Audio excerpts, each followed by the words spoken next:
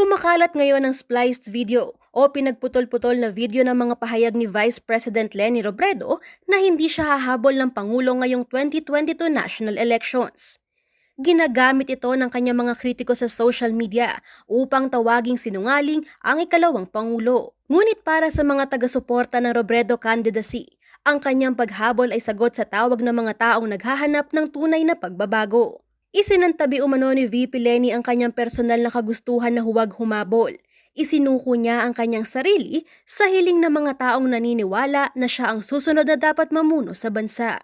She submitted herself to the decision ng kanyang mga supporters. Wala siyang plano. But as a true citizen na nakikita niya yung panawagan sa kanya ng mamamayan, sabi nga ni Giselle, no, malaking sakripisyo to sa kanya. Si Giselle de Guzman ng Mechanic Balen, matagal na umanong umaasa na magdedeklara ng kandidatura si VP Leni.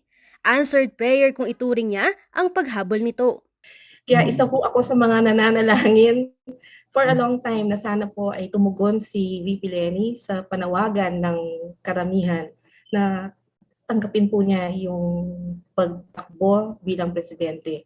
Ayon naman kay Dr. Mitch Aguilar Ong, presidente ng Mabalacat City College, ito ang pagkakataon para sa mga undecided at mga kulang ang impormasyon tungkol sa mga kandidato sa pagkapangulo na maging mapanuri at magsaliksik.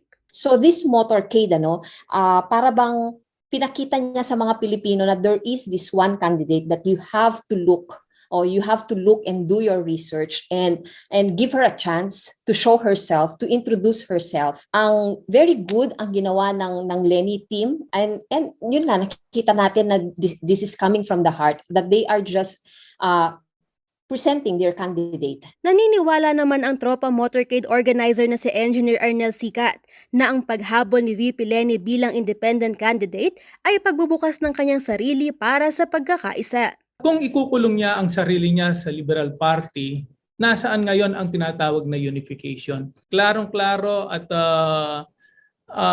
yun ay isa sa mga nakita naming isang magandang estratehiya para lahat ng mga sektor ng mga taong ito, hindi lang Liberal Party, magsama-sama sa isang magandang hadikain.